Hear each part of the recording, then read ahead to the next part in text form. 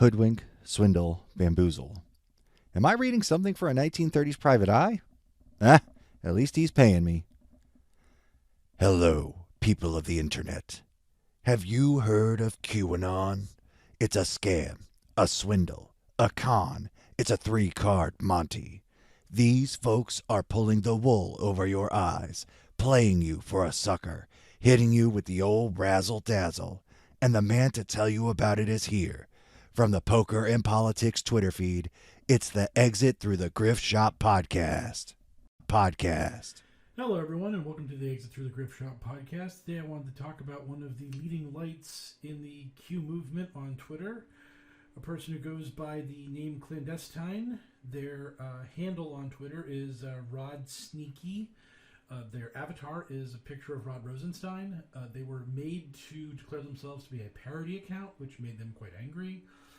I want to talk about two main things that they have posted on Twitter.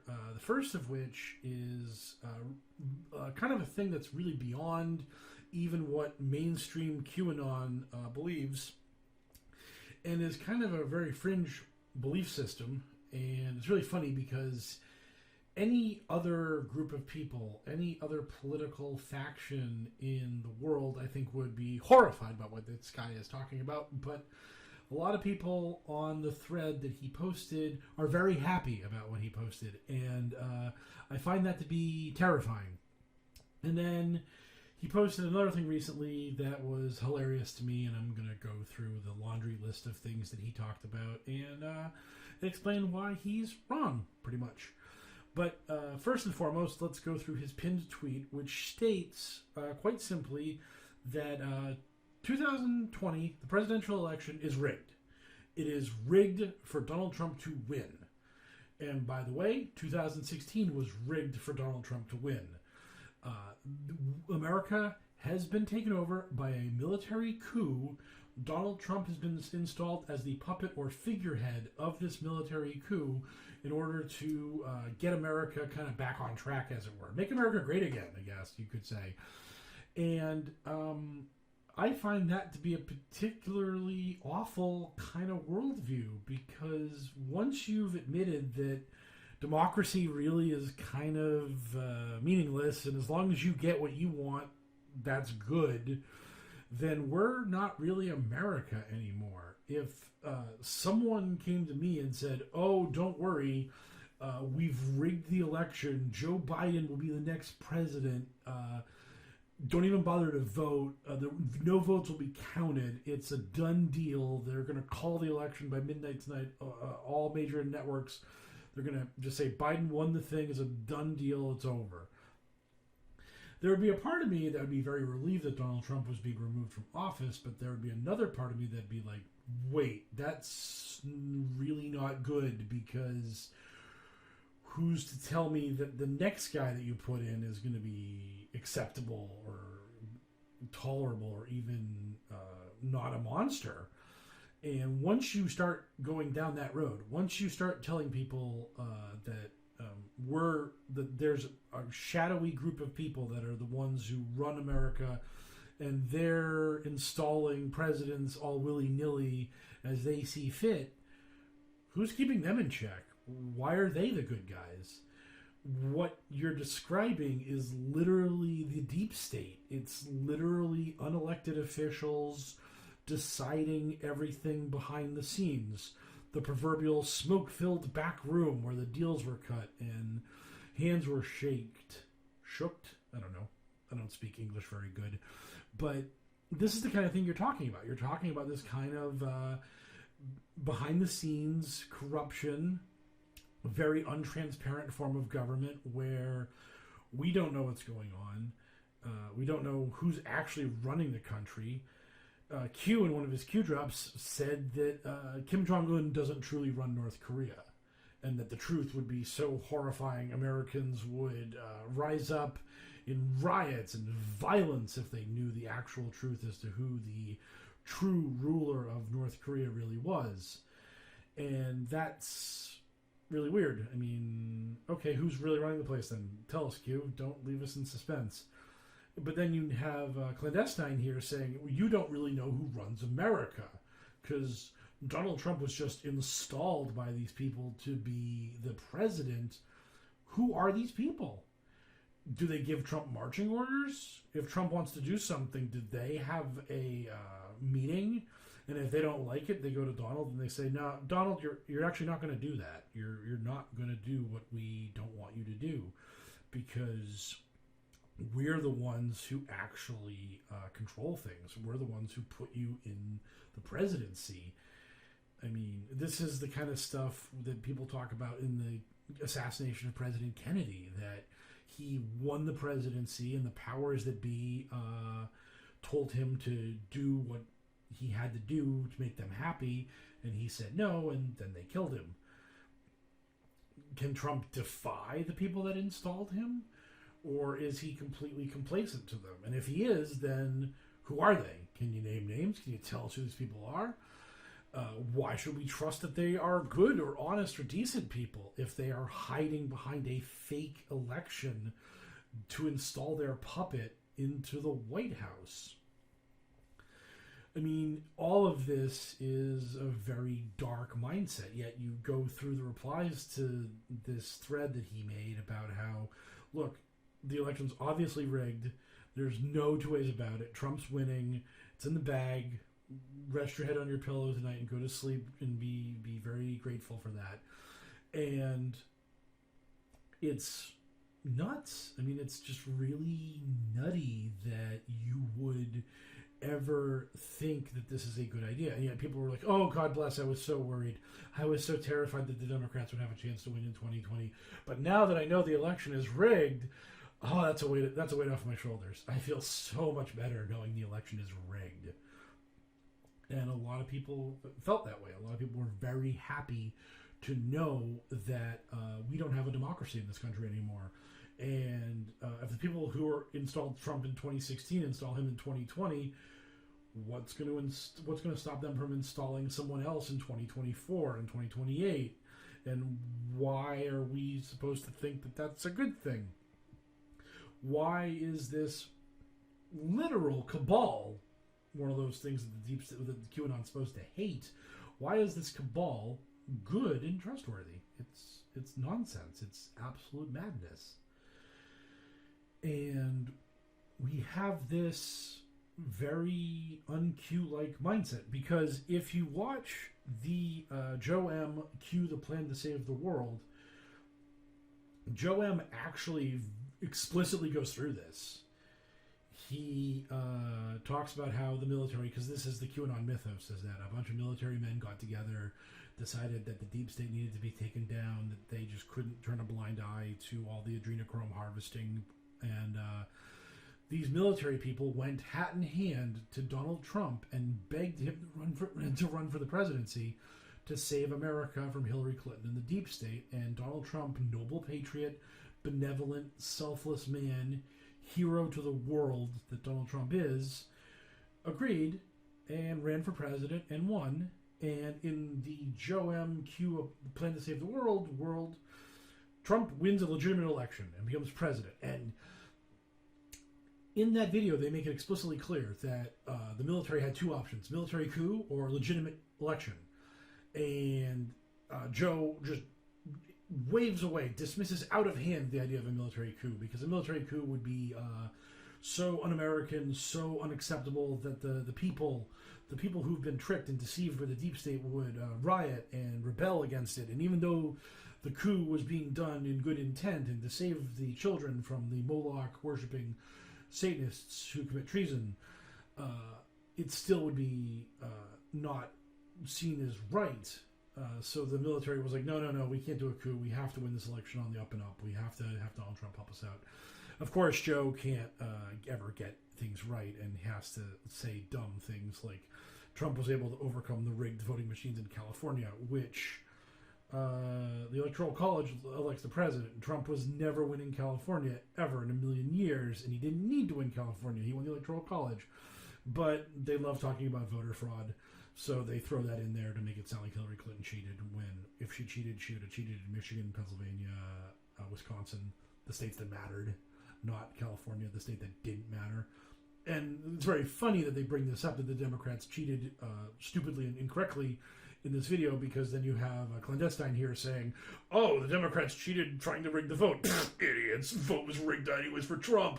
Boo! MAGA! Which is just, I mean, talk about projection. I mean, this is a guy literally saying, oh, you think the Democrats stole the election? Well, we stole the election. How you like them apples, sucker? So you have a pretty big rift between the Joe M. worldview of Donald Trump and QAnon and the Clandestine view of Donald Trump and QAnon, where Joe believes that Donald Trump was a great presidential candidate who overcame all the deep state's tricks and won the presidency in a legitimate election. It was illegitimate against him. It was rigged for him to lose, and he overcame the fix and won anyways because he was such a strong candidate. He was able to do that. And then you have Clandestine saying, the election was rigged. We could have run a loaf of bread for president. They would have won. Don't trust the plan. Go back to sleep, idiots. The military cabal is running America, and it's great. Democracy is way overrated. So that's really weird and interesting, I think, that you just have such a diametrically opposed worldview between two people that are such hardcore Q supporters. I would love to see the two of them square that circle. If you could reach out to Joe and Clandestine and be like, hey, guys, what's the story here? Who's right about how Trump took office? Because it's fun when you make up fantasies, you can say whatever you want. It's only when someone else has a conflicting fantasy with you that then the rubber meets the road and you got to have an argument about it. But anyways, so that is the kind of overview of Clandestine, is that he has this pinned tweet that democracy is bad and it is a good thing that we have a military junta running America right now behind the scenes and no one knows about it. The other thing that he posted, which was a tweet that I found hilarious, was he was complaining that he was under attack from the ever so determined 3 people on Twitter whose mission is to discredit Q. Their only argument was, quote unquote, Hillary isn't arrested yet. That's their only argument, which is not true. I have 100 arguments against Q. But I will say that Hillary hasn't been arrested yet is a great argument, and I'm more than happy to make that argument. And he then states that, quote-unquote, the thing that has to happen last hasn't happened yet, so therefore it is all a lie. This is really strange, seeing as how Q literally began the Q drops by stating that Hillary Clinton had been detained. Not arrested yet, but detained. And also Q stated that her passport had been flagged and that extradition processes were underway to grab her should she try to flee the country. So if she hopped on a plane to France, Trump was already in contact with the French government about getting Hillary back to America ASAP so that she could stand trial for her myriad of crimes. And Canada, Mexico, all points on the earth, basically, that it was known that Hillary was probably going to make a run for it and that the Patriots were ready to grab her should she try that move. And then that's Q drop 1, and then Q drop 2 states that she was detained, which is one of the weirdest things that Q has ever said, because really, how does Hillary Clinton get detained and nobody knows about it? She's one of the most famous and influential women in the world. Only major party nominee that was a woman in the history of America. Former First Lady, former Senator, former Secretary of State. Very well known, very polarizing figure, but has a lot of fans. I would think that if law enforcement went to her Secret Service detail and said, yo, guys, we need to take Hillary into a room here and have a talk with her a little bit about some things, I think that people would have known about this. And you can't even make the argument that Hillary was out of the public eye at the time of this alleged detainment, because in drops that Q posted around the same time, Q does mention that Hillary was on a book tour when this happened. because this was when she was going around the nation and selling her book, What Happened, explaining how she lost the election, as it were, or at least her take on how she lost the election. So she's doing these book signings and speeches and just going through towns and stuff like that. And I looked through it, and around the time of the alleged detainment, she was in the Chicago area. And again, she's on a book tour. There's probably a couple journalists following her, trying to get some tidbits, some quotes. Some newspapers probably want to do a Hillary on the road kind of story, an article, that kind of thing. So you would think that there'd be some press around. You would think that like maybe a book signing was delayed like 45 minutes to an hour because federal marshals had grabbed Hillary and held her for some reason. You would think that Hillary's lawyers would have been alerted immediately to the fact that she had just been detained, and that they would have arrived and been like, yo, why are you holding Hillary Clinton? What is your evidence? Are you going to charge her with something? If not, she's leaving. And you would also think that Donald Trump would probably blab about it, because, I mean, he can't keep his trap shut. And I would think that Hillary Clinton would have talked about it, because, in case you haven't noticed, and again, I know this is just me, the blue-pilled normie schmuck who gets all my information from CNN and MSNBC, but you would think that with Donald Trump's approval rating being in the mid to low 40s throughout his entire presidency, basically, that if he had people grab Hillary Clinton and detain her and then didn't charge her with a crime, that she would go to the media immediately and talk about how she was being politically persecuted by the president for just absolutely baseless allegations, and how Donald Trump is abusing the office of the presidency, and he should probably be impeached and removed from office because he's now actively targeting his political enemies for prosecution. And this is an abuse of executive power, and it's not a great thing. But no, Hillary gets detained. No one hears about it, and she just says, meh, you get grabbed by the cops, and they throw you in a room for a couple hours and tell you what's what and who's who, and that you're going down, and then your lawyer shows up and says, what are you charging Mrs. Clinton with? You get out of here. Get out of here, Hillary. We'll brush this away. And the lawyer never talks about it. The officers who detained her never talked about it. Q Drop 2 is just absolutely, completely bonkers. It is just such an unbelievable work of fiction that anyone who believes this stuff is willfully deluding themselves. And that's just all there is to it, because you cannot make that make sense. You cannot have all the different moving parts of Hillary Clinton being detained by law enforcement and no one got wind of it. Not a person on earth, except for a guy on 8chan posting stuff. He's the only source we have to that fact that happened. And then, of course, these people will then lie and say, this information is necessary. She wasn't really detained. And it's like, well, guess what? The whole point of QAnon was the early drops, where early Q was just crazy, just bull in a china shop. We're going to kick the deep state's butt, and we're going to crush all of them, and they're all going to get sent to Gitmo and hung, and Donald Trump's going to rule over conservative utopia, and it's going to be great. You're all going to love it. And if you then say, oh, he was lying about all that stuff, well, then why is anyone paying attention to him? Well, because all those lies he said were awesome and fun, and we enjoyed them. That's right. It's exactly right. It's confirmation bias. If you want to say all that early stuff isn't true, then you're left with such thin gruel. You're left with a guy talking about wizards and warlocks. You're left talking about a guy who's talking about The Godfather 3, a terrible movie, and Snow White, and Alice in Wonderland, and making all these weird cryptic comments, and just saying boilerplate right-wing talking points. And that's it. There's so little meat on the Q bone once you get out of the first 200 drops, because that stuff is just pure madness, and then it becomes this just sort of constant rolling failed prediction machine that we all know and love.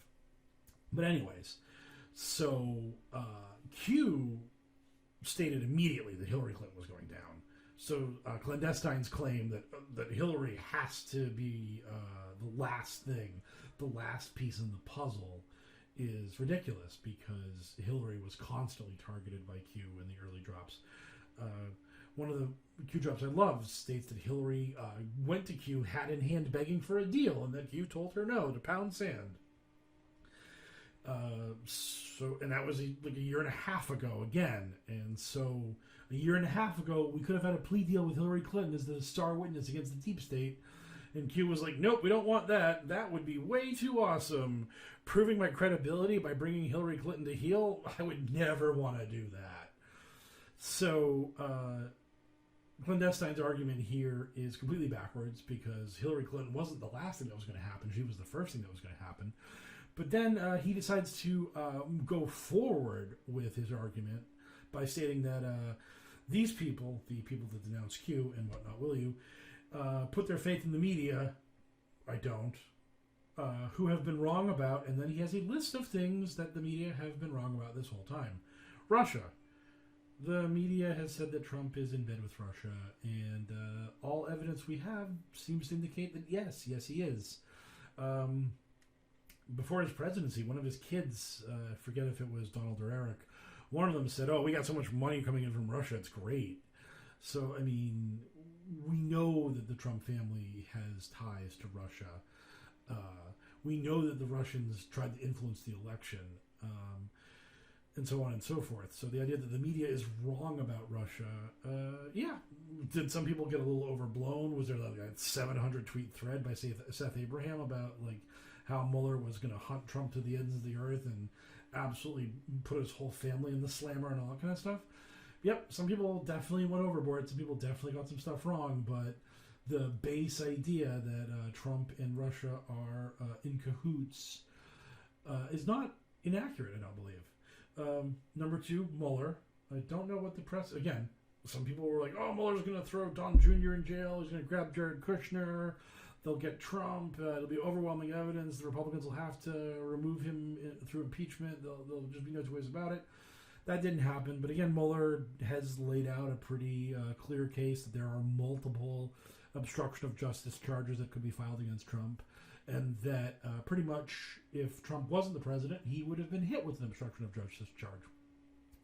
Let's try that again. Obstruction of justice. I got very mumbly there. So anyways, so again, some people got a little overblown about Mueller, but I think the baseline review of the Mueller report and what Mueller did is pretty on the nose. Well, we're going to hear more about Mueller on the 17th when he testifies before Congress. That's going to be interesting. That'll be a show. The next thing that he says the media got wrong is Stormy Daniels, which I don't know how the media got that wrong, because it seems pretty clear that Donald Trump had sex with a porn star, unprotected sex, mind you, with a porn star, right after Melania Trump, his wife, gave birth to their son. And then Trump paid her off to not talk about it during the election. I don't think any of these facts are really disputed by anybody. I mean, Trump was like, oh, no, I never did anything. But, I mean, his denials are meaningless because he lies about everything. And I think it's pretty clear that this did happen and that's the story of Stormy Daniels. So I don't think the media's that wrong about that. Next up on the list is Michael Avenatti, who maybe some of the media like portrayed him as this tough-talking lawyer who doesn't take guff from anyone and is going to put the screws to Donald Trump and get to the bottom of all this hootenanny. But, I mean, Avenatti is basically just an overglorified ambulance chaser who got himself into a lot of trouble and looks like he might be doing some jail time. And the fall of Michael Avenatti is something that a lot of people I read on Twitter thought was coming pretty obviously. Horse Whisperer and Popat both were pretty adamant that Avenatti was like not a great guy and that this probably was going to blow up on him at some point, and it turned out it did. So, hey, if some people got a little too high on the horse on Michael Avenatti, then that's on them. And Avenatti 2020 isn't going to happen, so America dodged that bullet, as it were. Up next is the woman who just accused Trump of rape, Carol, her last name, and don't think the media is quote-unquote wrong about her. This is the thing. Trump has just sexually assaulted so many people that it's frightening how little attention people are paying to this. If anything, the media doesn't really care about her, and that's really scary that we're really normalized to the fact that the president is a monster. So, if you're going to say that she's lying and making it up and that kind of stuff, then I would love to see you state your case for that and how she's obviously some attention-seeking money grubber when she's not getting a whole hell of a lot of attention, and I doubt she's going to get any money out of this. Next after that is Blasey Ford, who was the woman who accused Kavanaugh of sexual assault. And again, I think people have believed her. I just think Republicans didn't care and confirmed Kavanaugh anyways, because they're pretty hard to get off of their line, as it were. You can show them all kinds of malfeasance and they'll just be like, meh, don't care. We're the Republican Party. We want our justice. We're going to get our justice. That's just the way it's going to be. And no one's going to stop us. The next thing on his list is Covington, which is the students from the school that had the smug kid in the MAGA hat and the Native American have their, like, quote-unquote confrontation on the Washington Mall, as it were. And, yeah, I get it. There's all this, the different video shows this, and the kid totally didn't do this, and the guy did that. And it's one of these things where people have their side. They have their side, and they're going to see things the way they see it. It's like one of those plays in sports where you are 100% convinced it was a fumble, and the guy sitting next to you at the bar is like, nah, his knee was down, and you just can't believe it. The guy's delusional to believe it that the knee was down, because it wasn't. The ball came out a million years before the knee went down. And it's that kind of thing. And again, they have their line in the sand that the kid was somehow not a punk who was agitating and being disrespectful, and that the Native American guy was like running at him with his drum and doing his chanting and stuff like that, and that he was the bad guy, and that the high school kids were totally cool and it was all good and blah blah blah. Minor media storm kind of thing. Really nothing to it in the grand scheme of the world, but it's one of those right-wing talking points. It's one of those things that they like to get nice and angry about and talk about how the liberal media paints everyone who wears a MAGA hat in a bad light and all that kind of stuff.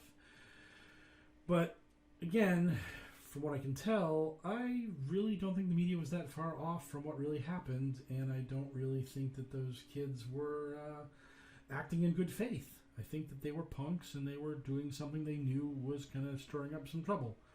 And if you want to tell me I'm wrong, then I'll just don't even care. It's something where the proverbial agree to disagree is where we're at, because it's not worth my time to talk about it. Up next is Jussie Smollett. Again, this unbelievably minor thing. This actor who apparently staged an attack on himself, and then the charges got dropped, and this, that, the other thing, and all these people are very angry about it. And it was a weird story.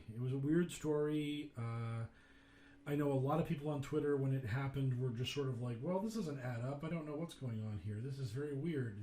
That they had a noose and MAGA hats, and it seems a little unbelievable, a little bit much, as they would say.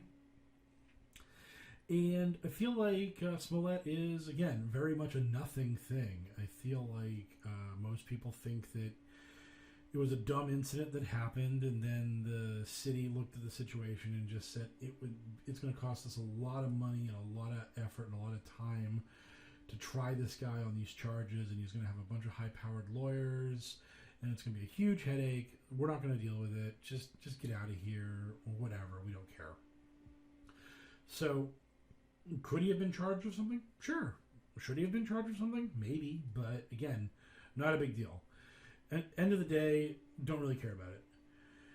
Up next, a thing that the media got wrong, and I love to think about this because this is completely insane. NXIVM, the media got that wrong.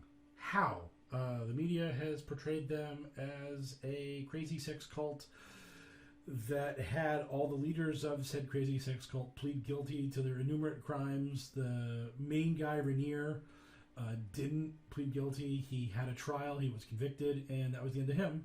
He'll be going to jail for forever. How the media got this story wrong, I would love to hear. It's probably because they didn't cover enough Satanism and they didn't implicate Barack Obama in it. Didn't you know Rainier was the guy with the plane that flew the $65,000 worth of hot dogs into the White House? Blah, blah, blah. Like that nonsense. But all that silliness, pretty much, the media covered the trial pretty much matter-of-factly. They covered all the guilty pleas pretty matter-of-factly. This was a very standard, high-profile court case. I don't think much was missed. I think the media gets a 10 out of 10 on this one. If you want to claim that they're hiding something, I'd love to hear what it is. Up next, the media is getting quote-unquote human trafficking wrong, which I guess has something to do with the fake stats that QAnon people put out all the time, showing that Donald Trump has way more arrests on human trafficking than Obama ever did, and those graphs and charts are always lies. They don't have any data to back them up.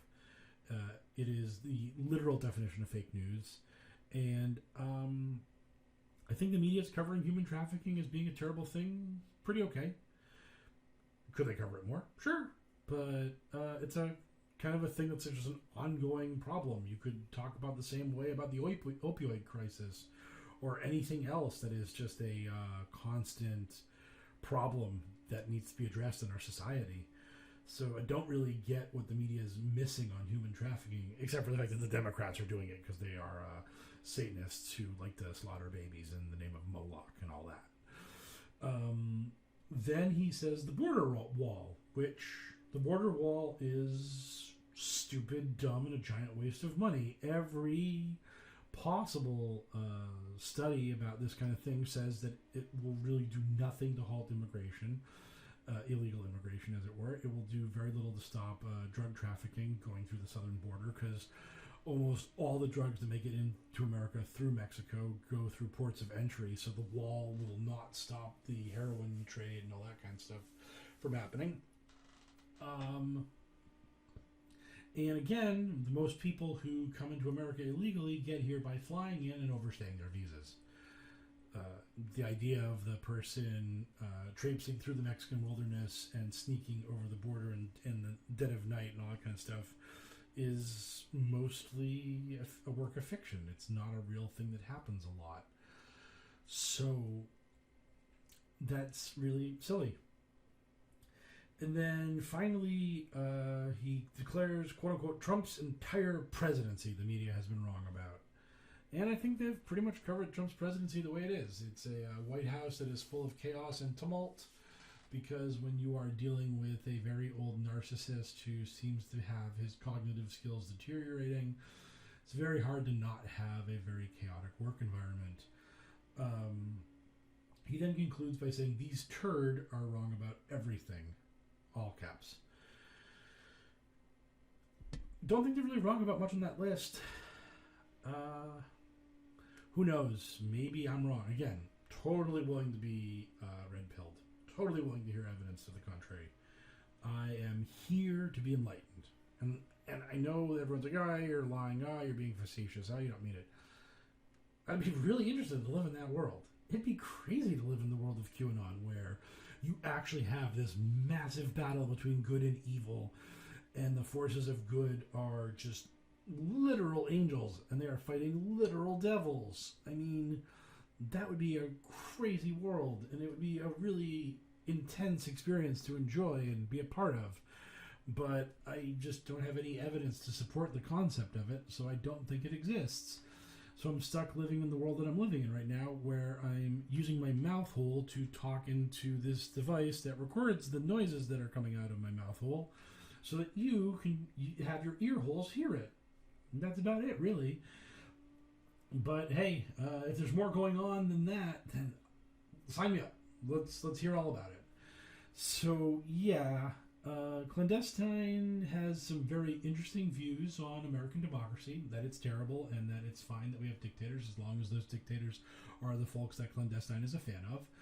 And he has interesting views of the media and how it's wrong about everything when really don't see what they're wrong about.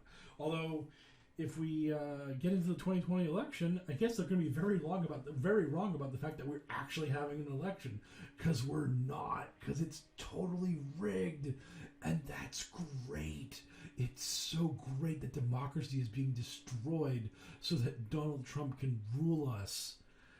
Note, Donald Trump isn't actually ruling us. A shadowy group of military guys are ruling us.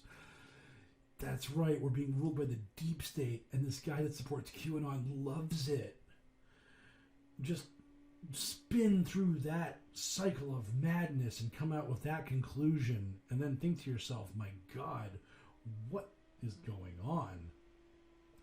Because it's just absolute madness. It's absolute madness, and this is the world of conspiracy theories. It's what happens when you get into this kind of stuff and you just twist reality to suit your whims. And you get to a point where one day you just wake up and say, I don't want people to vote for who the president is. I just want the president to be the guy I like. And however you get him into office, totally okay. And if you think that's okay, then I think you should give Clandestine a follow and support him in his reporting on how we are all living in a sham democracy, a fake republic, and we are actually a military junta that we don't even know about. Our media is lying to us about this. Nobody knows about it. They're so secret and so powerful that no one can find out. So be incredibly reassured by this knowledge. Feel great. Much as QAnon talks about how terrible it is to find out the truth about the deep state, now we're finding out about the truth about the counter, reverse deep state, the deep patriot state, where those guys who are the good guys are doing the same thing the bad guys did. But it's good, because the good guys are doing it. And that's the incredibly non-two-dimensional, very well thought-out world that these people live in. So that's me finishing babbling for a night. And I'll catch you all in the near future.